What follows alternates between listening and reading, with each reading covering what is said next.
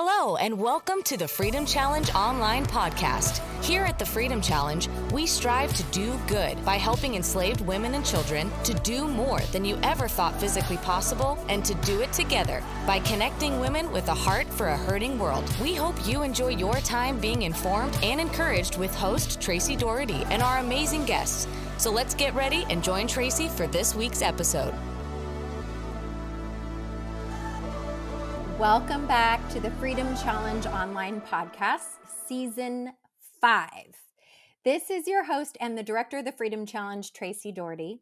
And if you're a new listener and are wondering what it is that we do here at the Freedom Challenge, I'm happy to fill you in. We are a movement of passionate women who participate in physical challenges that do test our limits, while raising funds and awareness to disrupt the cycles of oppression and human trafficking in women and children around the world. If you're a listener, a faithful listener, or Freedom Sister, I want to thank you for being a vital part of this movement. Now, in honor of Valentine's Day, as you can see, I have worn my red today. I am giving a Galentine reunion to 3 friends that participated in the Grand Canyon Challenge in 2018. They formed a team called, yes, the Grand Companions. I know, it's pretty cute. I thought it would be fun to gather these ladies and reminisce a little bit about their sisterhood and the shared experience of the Grand Canyon. And it was a tough one, as you'll hear shortly.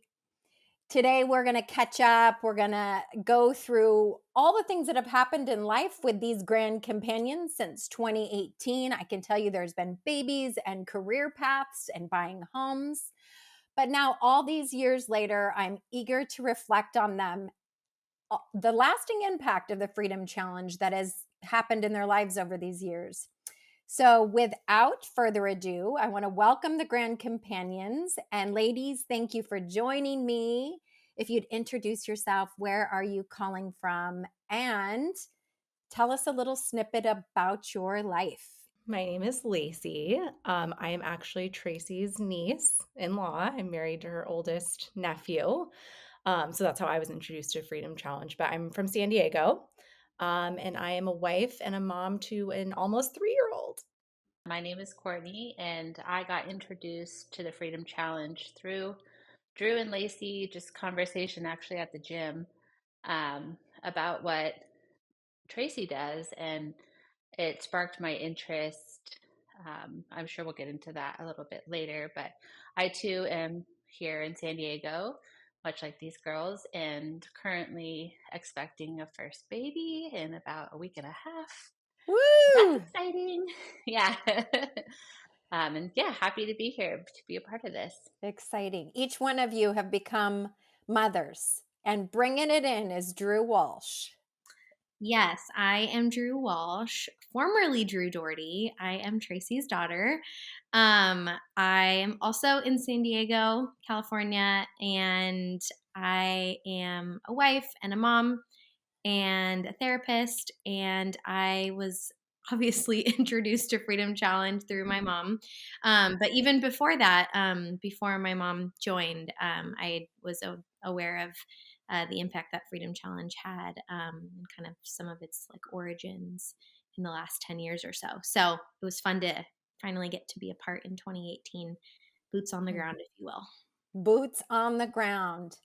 And if any of you know me, I do talk about my precious granddaughter Sunday, and another little one is coming in a few months. That's right. Greatest hobby. So it really made sense for me to call this posse onto this Galentine episode to talk about what has happened in your life. So here's the first question.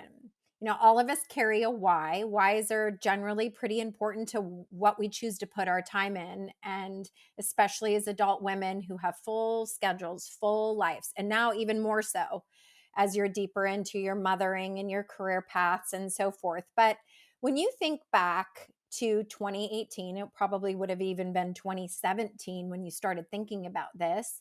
What informed your why? What actually prompted you to do this as a team? Because those of you who are listening, you can participate in a challenge as an individual, but you also can become a team, and thus the grand companions. So I don't know, what informed your why?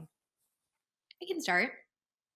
Mm-hmm. I think for me, there's a time and a place in everyone's life where you get to be a participant in something, or you know can be someone that maybe like gives financially or supports in a different way, you know, maybe from the sidelines. And for me, my why is it was important for me to kind of like I said a minute ago, have boots on the ground and really get that firsthand experience and really immerse and put myself into a position of challenge both physically and mentally, and to be able to really enter in more of a meaningful way with you know the mission of Freedom Challenge from a fundraising perspective, raising money, but then also to again get to participate and actually engage my body and engage my mind in in the mission of what Freedom Challenge represents, and to be an active participant in combating human trafficking. So And Drew, a few years before you actually did the challenge, you also went to Moldova, and that was even preceding this. You had actually experienced where the funds go in a meaningful way. I know that was pretty special for you. We actually have a trip coming back, the same camps this summer. But I mean, I'm sure it was pretty unique in that you were able to experience both sides of that. You were going, I see where those funds go. I see that the real impact of real lives, little girls. And then I got to be a part of doing the intercessory prayer and the fundraising and those sorts of things. And that's pretty unique position to be in. So yeah, absolutely. I think um yeah, mission trips are important and they're special, but then to get to be a part of actually like, all right, I'm putting my money where my mouth is, and I'm not just like going and observing and seeing where the funds go, but I'm actually getting to be a participant in, trusting that we can raise money and being very strategic with the ways that we fundraised, and thinking outside the box, and then of course like getting together with friends and getting to take on that challenge with them was really special, getting to do it together. I loved having you there. We slept right next to each other. I slept in the middle of this whole crew. I was in the Yes, Grand you did. Companion tent and very sick. Through the highs and lows of our tent. I'm That's sure Yes. we'll get into that too. We had a lot of interesting stories to add to that we aspect. do. Courtney, what was your why? So my why, I think I was gonna, kind of piggyback off Drew. So Drew, obviously, her background from being your daughter is the one. I mean, Lacey and Drew are the ones that kind of shared a little bit about what you did, and um, based off their information, I kind of looked up the Freedom Challenge a little bit more. I didn't know anything about it, and coming from a therapeutic background for work, have worked with patients who have, yes, been trafficked or know somebody, or there was an involvement that way. And then on a personal note, coming from a relationship with my spouse who got myself into camping and backpacking, this all kind of came together as all of it combined. And so I, you know, contacted you, Tracy. We went on that hike together, just kind of picked your brain and thought, wow, there's just so much that I can grow for my own personal growth here spiritually. Like I loved the spiritual aspect and didn't come from a big spiritual background growing up. So this would be maybe a challenge or an uncomfortable point for me, but in a good way. An exciting, adventuresome point to do without needing my significant other. Um, and then just, yeah, the ability to say I was a part of this team and this mission and this um, goal as a group to raise this money for such a, you know, forward, amazing cause. That was kind of how my why evolved. And when I heard it can be a team thing, kind of like I said, we were all in the gym discussing that we should really do this. And yeah, I think it represented a challenge for me in one way and a challenge for the other teammates in different ways too. Yeah, all of that. And then just you, if you're listening, these ladies were tasked with raising $5,000 each for a total of $15,000. And I imagine as you were stepping into the why, sometimes that becomes even the bigger challenge than some of the physical things. We'll hear more about that. Sure. But Lacey, talk about your why.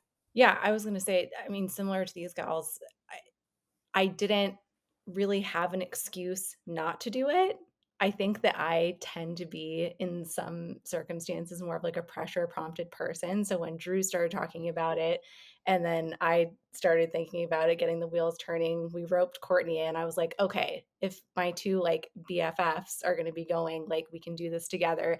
And like everything was daunting, right? The fundraising aspect, the physical challenge, like mentally, you know, it's going to be hard once you're out there for however many days, 3 days we were out there. It seemed like a week. It was fun, but it was hard. It was hard. So, yeah, It was but just, definitely hard. it was definitely hard, but just knowing, obviously the cause is so worthy. And I feel like I've always just been drawn to missions or organizations that help those that are most vulnerable. I've been involved in like a lot of pro-life kind of stuff too. So I felt like doing something that's going to spread awareness about something that really wasn't talked about. I feel like that much until I kind of, was made aware of it. Just human trafficking in general seems like it's something that kind of flies under the radar. So it was important for me to share in that advocacy. So yeah, so glad that we did it. And it was a true challenge. Like I am not an outdoors person. I feel like I said this in every conversation we had in like promo video. I am Yeah. not similar to Courtney, who is like, outdoors woman extraordinaire. That in and of itself, just being like, okay, we're actually going to sleep outside for like 3 or 4 days. Okay, here we go. So All of it. all of it, but All of it. I needed to push myself, and there was no excuse not to. It was like a perfect time in my life is before, pre-kids. I had the time, and we had the time to train, which was great too. So it was good. It was formative, no doubt. I think that was kind of the like part of our why too, is the fact that we all did it together and could all be kind of like similar to what Lacey just said. Like I mean, we were all like working out in the gym together to like keep each other accountable for moving our bodies and being active. So then to have that escalate to something like we're going to go descend into the Grand Canyon, right? Like that kind of almost took the like physical and mental challenge to another level. But I think that was part of the beauty of us getting to say yes together as a team, is it made it feel doable. It made you feel like, okay, I can do this if I have other people with me, and like we can kind of walk in step alongside each other as we push ourselves in this way. And with the fundraising too, being able to do those events together was far less daunting than doing it on your own. So Yeah, would you're recommend bouncing being that off as of a each group. other. Yeah. You're involving your family, your husbands, your collective ideas. Yeah, that was good. That's very helpful in these challenges.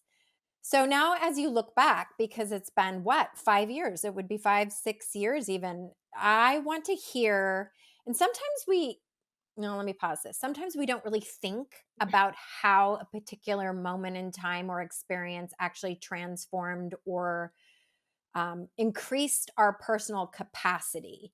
And I don't know that I've even actually had this conversation with any of you. So I'm eager to hear, and maybe we could just talk together about how you can see you yourself spiritually, physically, emotionally. How did this experience together bring transformation and impact to your life? I kind of mentioned this in my why that looking back at this, I think all three of us really like closed our circle, right? Like I brought the experience of the outdoors, but I was weak in the spiritual aspect, and weak in being informed on um, just about sex trafficking. Like Lacey said, it kind of gets flown under the radar until we were really in it. I didn't realize the statistics of like even just our local surroundings in sex trafficking. So, I mean, this experience came full circle because we had each other. I think if we didn't have each other and I did this experience solo, I still would have gained so much, but I would have gained a lot less without them. I think there was times where I felt in the actual us on the hiking aspect of it, where I would usually lean on my husband for that, like, tough, you got this, we're doing great, we're safe. And I felt like that was my job for our team because I had the experience and neither one of them had ever been backpacking. So I couldn't let my fear shine through. But let me tell you, there was times where Lacey had tears, I had tears, Drew had tears. I mean, it was so humbling of an experience to like accomplish, not just with us as the grand companions, but with Tracy yourself and the other ladies with us too. I mean, it's crazy. Like nature really put into perspective a lot of things and really allowed us to kind of absorb why we were here. Mm. Yeah, I even remember, Courtney, to your point, because I was in your tent, as I mentioned, and I remember getting really sick. Like I was so sick. And as you alluded to in those moments, like I needed you guys. I think I ate raw garlic and smelt up our whole tent. And like I think I needed someone to carry my water at some point. And that together piece is so significant. And I love how you alluded to you needed some strength in some of these areas that were a new spiritual formation, praying with women, talking about the Bible more, openly and easily. And these two girls had never slept in a tent or, had these moments of, can we do this? I have beautiful reflections of watching that amongst you. Yeah, that's really good. Yeah, I love the reminder every day and every night I wake up and there's the picture of the three of us with our packs on in the Grand Canyon. It's on my nightstand. Such a good memory. I love that. Yeah. I also could comment on that. If I remember correctly, all of us had our day or our moment where we really struggled. Mine was on day one when we were descending. I was so terrified of, because the way that we would have to step down from rock to rock or boulder to boulder, essentially, sometimes it was a far step, and our backpacks were really heavy, and we had to pivot along the way of realizing just how much water we had to carrying all our own food and the cooking supplies. There were just a lot of things that we kind of realized once we got there or right before we started. So there was a level of overwhelm there, but just the sheer weight that we were carrying on our backs and then descending into a canyon. I remember that mental hurdle of what if I fall? Not to be morbid, but truly what, this is dangerous. What if I fall into this chasm? And I just remember truly how crucial that team aspect was for them to be able to give me that verbal encouragement as I truly was struggling, crying, overwhelmed, unsure if I could do it, and to have them be able to, as Courtney said, kind of bring all of their own strengths and the things that I was maybe weak in, they were strong in, and for them to be able to carry me then helped me be able to carry them on other days or be a support to them when I was okay, I'm in a better headspace, or I'm physically feeling stronger today. And I think that was such a beautiful picture of us being able to be a team, and also be able to, just grow ourselves through that experience. Drew, I have a memory of you with those tears and me as your mom feeling your overwhelm. I actually remember repositioning myself to another place because I was getting pulled into the overwhelm because you're my kid. But then all these two friends and the women who came around you, and do you ladies remember, by the end of the day when we're getting near the floor, Drew was just prancing down, oh, well, I overcame that hurdle. I got this. But it just shows you that place of overcoming that fear and how much we drew upon each other. I can see all of that so clearly in my mind. And it was heavy backpacks, 50 pounds, maybe even a little more. I hate to say it, but and we went from top to bottom in one day. Do you remember that? Oh yeah. In one Well, I day. remember thinking Pretty much. we made it down to the Mars, remember like the Yes. Mars campground Yes. area. That was Yes. like day one. Yeah. And then we had rain, Yeah. a little rain that night, and our Well, water leaked in our tent. Remember that? Oh boy. All day one. another Yeah. memory that stands out to me too that I was thinking about that I had forgotten about until we were reflecting for the podcast, but when our water ran out, I think that in and of itself was so like jarring once you're down there. So there are two times that I was reflecting on even prior to being in the Grand Canyon, but one when we found out how much the backpacks were actually going to weigh, that was startling to me, and I remember thinking like, "Okay, are we actually gonna go through this? Are we gonna make it?" Because at first it was supposed to be like, what, 15 pounds, 20 pounds or something, and then to find out it was 50, it's like, "Okay, my lesson was, God, if you're calling us to do this, like, you will make it work. We will have the strength to do it." So that was the first one, and then the second time that I was like, "Wow, okay, that we have no control over this," was when we got to the bottom and the body of water we were supposed to get our drinking water was dry. So then we had to Dry as rely a on our bone. dry. And I mean, it was so startling. And so we had to rely on our guides, bless them, to go another however many miles to find the next body of water. And they had to carry everyone else's. How many people were in our group? Like I think like 8, eight, 10 eight, or something? 10. Yeah. They had to carry everyone else's water. I mean, I don't know how many pounds that was. I think we like calculated it, but thank goodness that Well, they and were remember, they didn't even make it to the body of water. They resorted to puddles, right, muddy puddles, right. that they filtered the best they could and said, "This is what we have."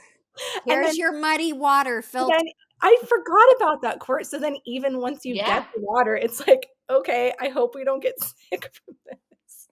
Yep. I Yeah. remember there's a picture of our bladders, and it is just foggy brown, murky water. And we had that Mio water electrolytes to flavor it, and that was the best we could do. And remember we were looking at the map. Mind you, listeners, our map, we were using a string to measure distance Yes, that's I'm and so lines. glad you remember these details. And rock cairns. Like there was no like, hey, go half a mile and you're Yeah, gonna yeah. see this, Uh, bend. No, it was We following were roughing straight it. squiggly lines and that's where I remember feeling like I thought I had experience, but I am now so in over my head, like, wait, we're telling time with the stars and reading string lines. I'm scared. And I'm not yeah. going to say it, but I'm scared. When you say we're out here, this is the definition of we out are here. out here. All of it. I will do one small correction just for the sake of responsibility. Those ladies actually did filter every bit of our water. So if you ever know a water filter, they had to collect from that muddy pond and then run it through a filter so that we could in turn drink the brown water that was filtered. That was already filtered. Yes. Formative, Formative. transformational. So then I guess the question would be when you think about all of this, and I know that there are so much more, so many more memories, how would you explain how that expanded your particular worldview? So you, Drew, you, Lacey, you, Courtney, living in Southern California, Yeah. everyday life, how did that expand your worldview or even your view of yourself? I will pause one thing here. I remember because I do life with you ladies. I think focused on Lacey, there was a lot of naysayers Lacey, can Lacey do it? Lacey's so little and petite. And I let my haters be my motivators. you let your haters be your motivators. And I could just see you would get revved up. I got this. Yeah.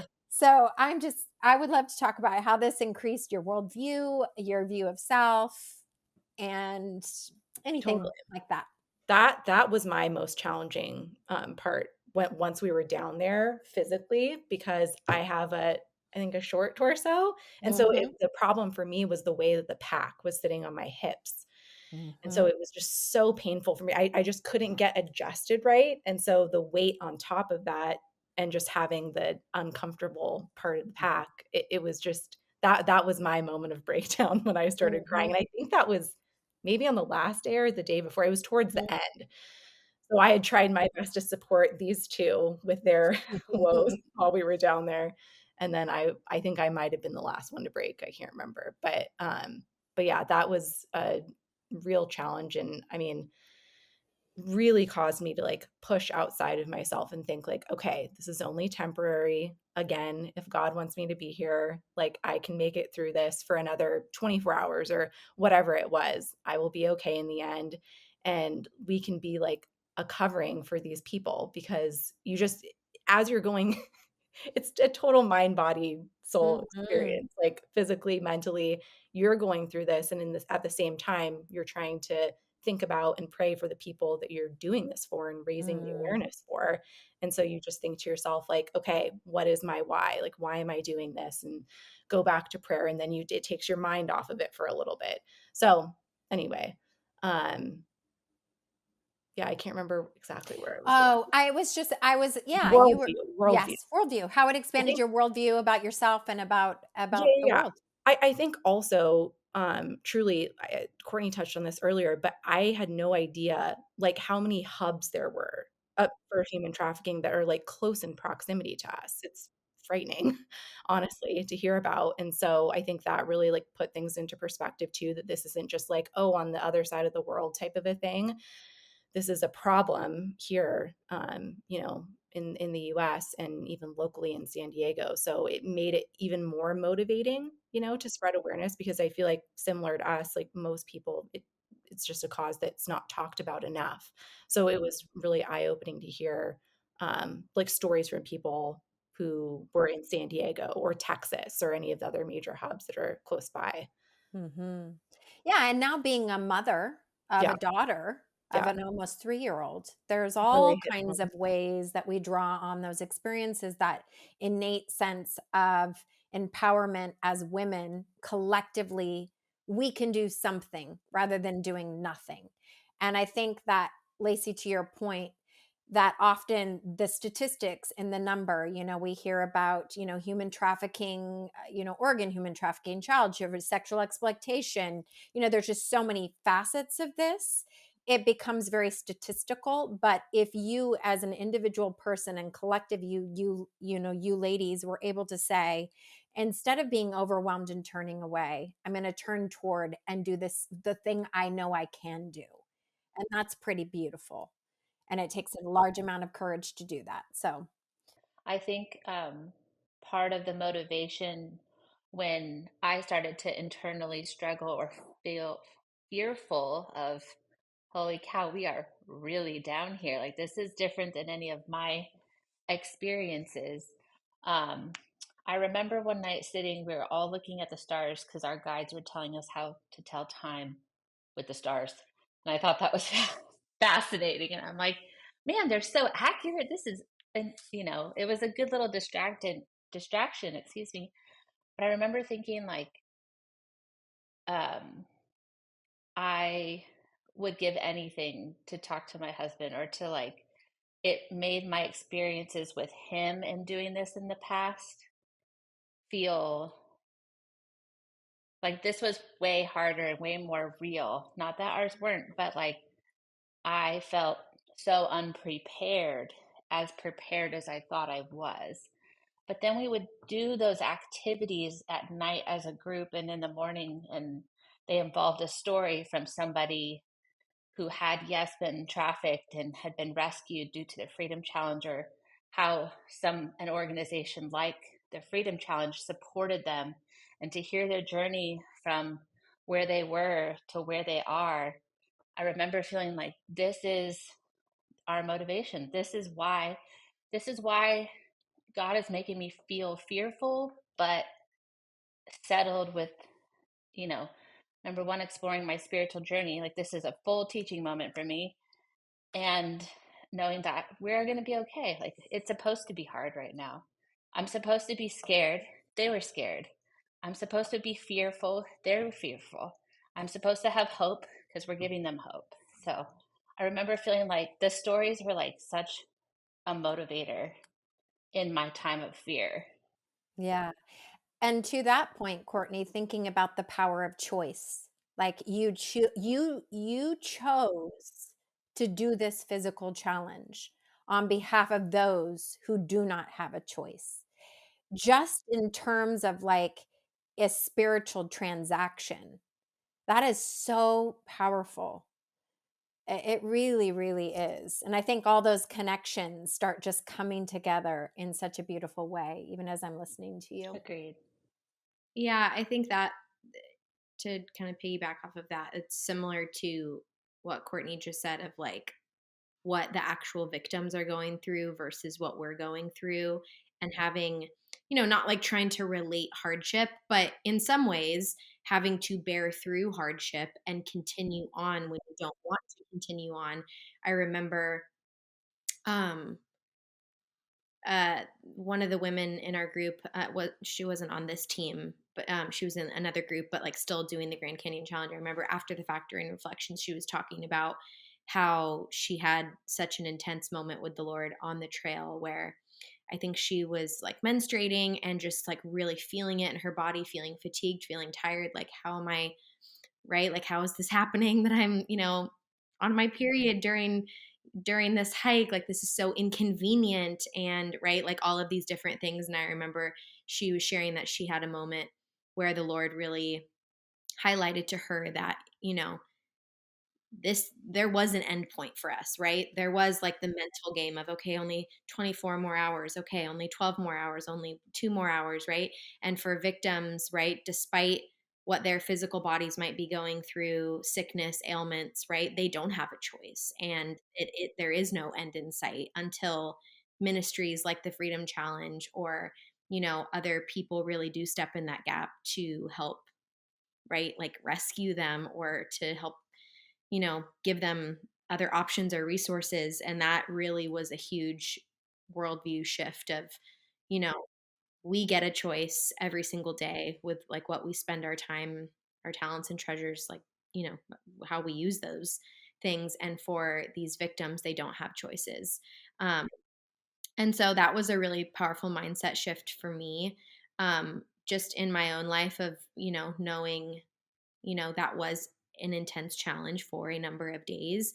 But, coming out of that and, how does that shape my everyday after is, I am capable of doing hard things. I am capable of pushing myself to, mental and physical places I didn't think I would be able to do. And I can allow God to meet me in those difficult places and to minister to me and to be my sustainer and be what I need in those difficult moments. And then how much more my heart feels burdened to continue in prayer and continue in intercession for these women. Kind of that like juxtaposition of, I have an end date here and they don't. So I think that's kind of shifted my perspective too, just like since the hike. Well done. Ladies, I have a random one here, really quick. Your just favorite fun memory that bubbles to the top. Just share it like rapid fire. What is a favorite fun memory? Oh, I have two. One, Tracy, with you not feeling good, still having your fun, spunky, energetic self. You pulled the wildest move and whipped out some Snickers. And we were down in this random place where we weren't planning to camp, and you so kindly shared it with everybody. And I remember like everyone was like, it is like they'd never seen a Snickers in their life before, and it was such a treat and such like a time of everybody just laughing over a silly bite of Snickers. A Snicker on the trail. Yeah, and you held it for a few days, you know, you had it in there for a few days. And then I would say my other one was when we were literally almost to the tip top, almost done. After everything we had gone through, we had talked about with the guides of pushing the button because of the water situation. And I remember one of our other team members, she was having a tough time. But right when we were about to crest back to where the vans were, Drew just yells, "Born in the USA," so loud. And everyone starts singing it. And I was like, are you kidding me? This is that, like, I remember so much energy and like, whoa, like it just felt so united with everybody and thought that was great. I remember it, and I had forgotten it. That was so cute. And then we blasted that on repeat in the car on the way back, Born in the USA. Yes. It was our theme song. I love it. I remember it being in the hotel before the morning we made the descent. Me and Courtney and Drew in our hotel room, and Drew and Courtney were in the bed opposite me.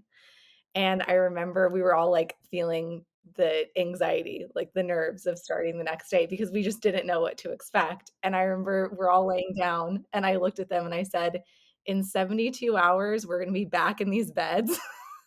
So we can look forward to that.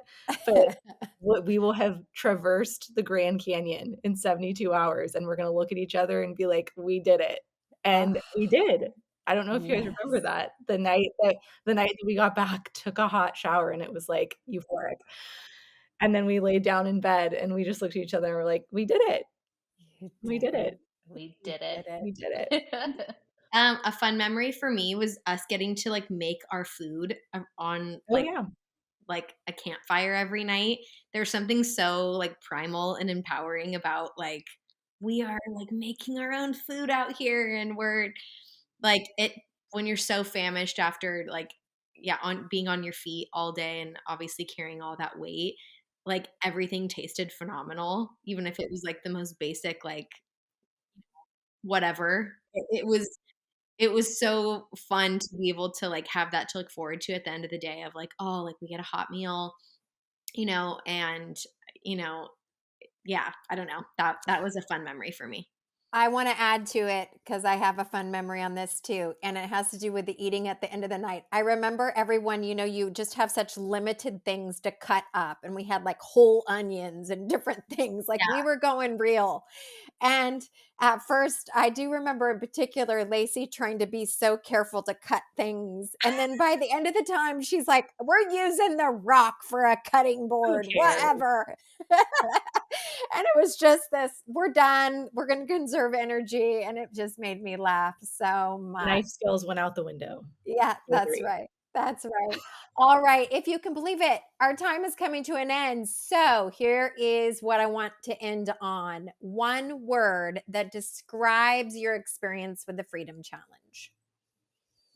Empowering. Uplifting. Yeah, I would say life-changing. I love it. Galentines, grand companions, thank you for having this chat with me. I actually really hope it inspires those that are even right now listening, thinking about doing their first challenge, and all of those seeds we've thrown out. Ladies who might be listening that are going, I'm thinking about it. I hope that the Grand Companion podcast pushes you over into the yes. But ladies, love you big. Thank you for coming on this afternoon for this Galentine podcast for the Freedom Challenge. Love you. Yeah, thank you so much for everything and for having us. We'll be back. The Grand Companions will be back. You will be back. You will have a reunion. After all the babies are born. Yes, you got to get after those. That. Yes, let's have that baby born in the next week and a half. Well, listen, friends, those of you who are listening in, I want to invite you to get involved, whether it's challenging yourself physically, praying intentionally, giving generously. The next upcoming events are Arkansas Challenge. Yes, I did say Arkansas Challenge, March 29th, and the New York City Urban Hike on May 17th, along with many other opportunities for you to engage Check out our website, thefreedomchallenge.com. And until next time, let's do good, help enslaved women and children do more than you ever thought physically possible, and do it together like the Grand Companions by connecting with other women who have a heart for a hurting world. God bless. Thanks for listening to the Freedom Challenge online podcast. If you liked what you heard, join the fight to set women and children on a pathway to freedom across the globe. We are a proud ministry of Operation Mobilization USA and encourage you to learn more at thefreedomchallenge.com and omusa.org for how you can get involved. Follow us on Facebook, on Instagram at the FCUSA, and don't forget to subscribe and leave a review to let us know what you think. We'll see you next time.